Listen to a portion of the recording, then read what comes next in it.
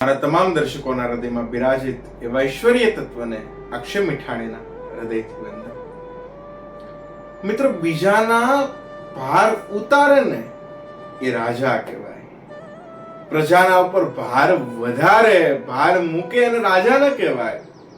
એના ઉપર આજે વાત કરવી છે કે રાજા કેવો હોવો જોઈએ, રાજાનું કર્તવ્ય શું છે, એના ઉપર આજે વાત કરવી છે. તમને ખબર છે કે પેલા રાજાશાહીના જમાનામાં રાજા છે વેશ પલટો કરી અને જ્યારે જ્યારે સમય મળે ત્યારે પ્રજાની વચ્ચે નીકળતા અને અવલોકન કરતા કે પોતાની પ્રજા છે કેવું જીવન જીવી રહી છે, એ રાજા વિશે શું વિચાર કરી રહી છે. અને એ માટે ગામડું ગામ અને ગામની અંદર રાજા છે એ વેશ પલટો કરી અને સવારમાં 5:30-6 વાગ્યામાં એમ કહેવાય કે ત્યાં નીકળે છે પ્રજાનું અવલોકન કરવા માટે કે મારી પ્રજા કેવું જીવન જીવી રહી છે એ જોવા માટે રાજા વેશ પલટો કરીને નીકળે છે. માથે એક સરસ મજાનો એક સાફો બાફો બાંધેલો, ફેટો બેટો બાંધેલો અને રાજા નીકળે છે. એટલે 80-85 વર્ષના માળી હોય, એ માળી છે ગોબરનો છાણાનો ટોપલો આખો છલોછલ ભરેલો અને પોતે એકલા હોય એટલે ઉપાડી શકતા નથી. એમાં બરાબર રાજા નીકળ્યા એટલે એને ખબર નહોતી કે રાજા છે, કારણ કે રાજાએ વેશ પલટો કરી નાખેલો હતો. એટલે માળી એમ કહે છે કે છોકરા અહીંયા બાપા તારો ખૂબ ખૂબ આપકાર, તું અત્યારમાં નીકળો અહીંયા, મારાથી ટોપલો ઉપડતો નથી, એક કામ કરીને મારી માથે મુકાવી દે ને ટોપલો. એટલે યુવાન છે ટોપલો લઈ અને માડીની માથે મૂકી દે.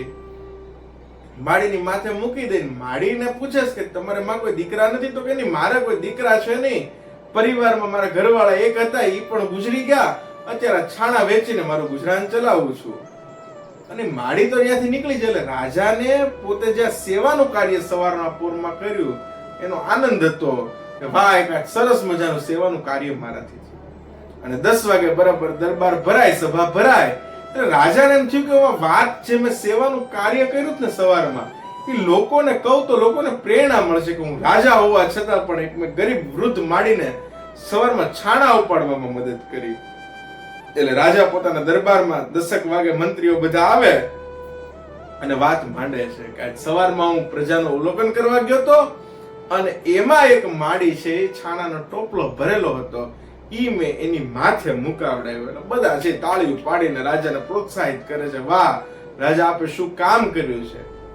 આ બધાની તાળીઓની વચ્ચે એક ખૂબ જૂનો મંત્રી હતો. આ જૂનો મંત્રી છે એક કાગળ લઈ અને એક લખીને કાગળ છે રાજાને આપે છે. રાજા જોવે છે તો એનું રાજીનામું હતું.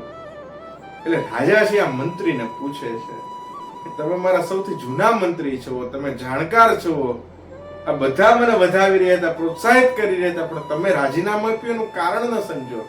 ત્યારે મંત્રી બહુ સરસ જવાબ આપે છે કે રાજાનું કર્તવ્ય, જેને દીકરો ન હોય એનો દીકરો બનવાનો હોય છે, જેની પાસે ધન ન હોય એનું ધન બનવાનું હોય છે, જેને ત્યાં સેવક ન હોય, પ્રજામાં કદાચ સેવકની કમી હોય તો સેવક બનવાનું પણ રાજાનું કર્તવ્ય છે.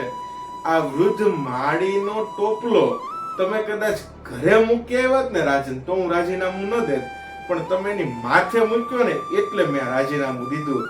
રાજાનું કર્તવ્ય ઈ છે કે પ્રજાનો ભાર ઘટાડવો, પ્રજાનો ભાર વધારવો નહીં. આ વાત બહુ કડવી છે પણ વાસ્તવિકતા વાળી છે કે રાજા એને બને કે જે પ્રજાનો ભાર હળવો કરી શકે, નહીં કે પ્રજાનો ભાર વધારી શકે. ઈ જેનામાં આવડત હોય, ઈ જેનામાં તાકાત હોય એને રાજા બને, એવો રાજા હોવો જોઈએ. એ સાથે અક્ષય મીઠાણીના આપ સૌના હૃદયમાં બિરાજિત એવા ઐશ્વર્ય તત્વને હૃદયથી પ્રણામ. જય સિયારામ. આપના વિડીયો ગમ્યો તો બીજા લોકોને શેર કરવાનું ભૂલશો નહીં.